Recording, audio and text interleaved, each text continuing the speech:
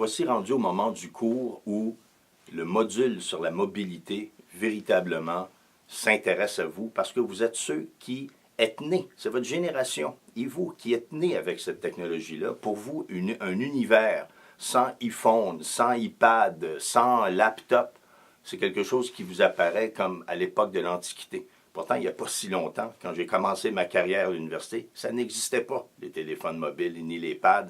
C'était un univers qui était significativement différent. Donc, on va voir au cours de ce module-ci comment tout l'univers de la mobilité est en train d'ébranler les médias traditionnels et opère un changement extrêmement important dans nos habitudes, bien sûr, de communication, mais je vous dirais aussi de consommation de médias, d'échange d'informations, de divertissement même.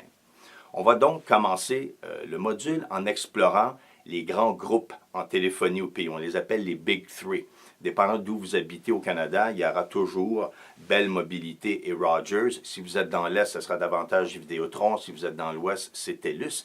Et on va voir aussi la très grande volonté du gouvernement fédéral de nous proposer un quatrième grand joueur au pays. Ça fait des années qu'on parle de ça.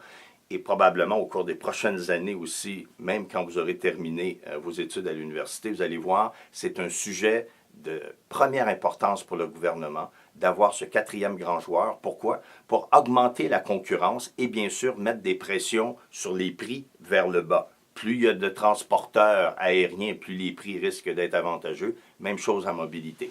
On va voir aussi que cette notion d'avoir trois grands joueurs, ça crée ce qu'on appelle le phénomène d'oligopole. C'est contrairement évidemment au monopole où c'est moi qui est le seul fournisseur. Cette fois-ci, un oligopole, c'est mes deux ou trois partenaires et moi qui sommes les seuls propriétaires de toute cette industrie. Et bien sûr, quand ça devient des chasses gardées, ça risque de poser problème sur le plan évidemment des tarifs que vous devez payer pour ça, etc.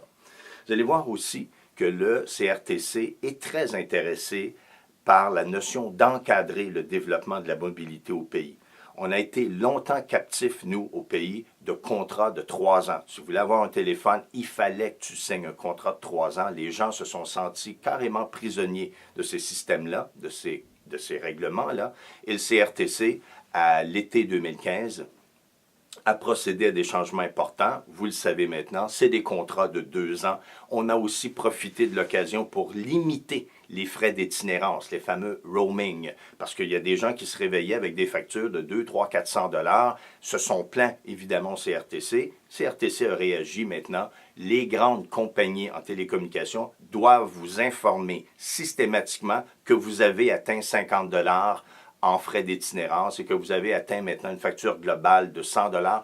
On encadre ça et on informe les citoyens que tu as un objet dans les mains qui peut te coûter très cher. Donc, sur ce plan-là, il y a eu des développements très importants. On va aussi regarder que dans le domaine de la tarification en mobilité, on n'est pas du tout avantageux au pays. Souvent, d'ailleurs, on utilise le Canada comme point de référence. On est parmi les pays où la téléphonie mobile coûte les plus chers au monde.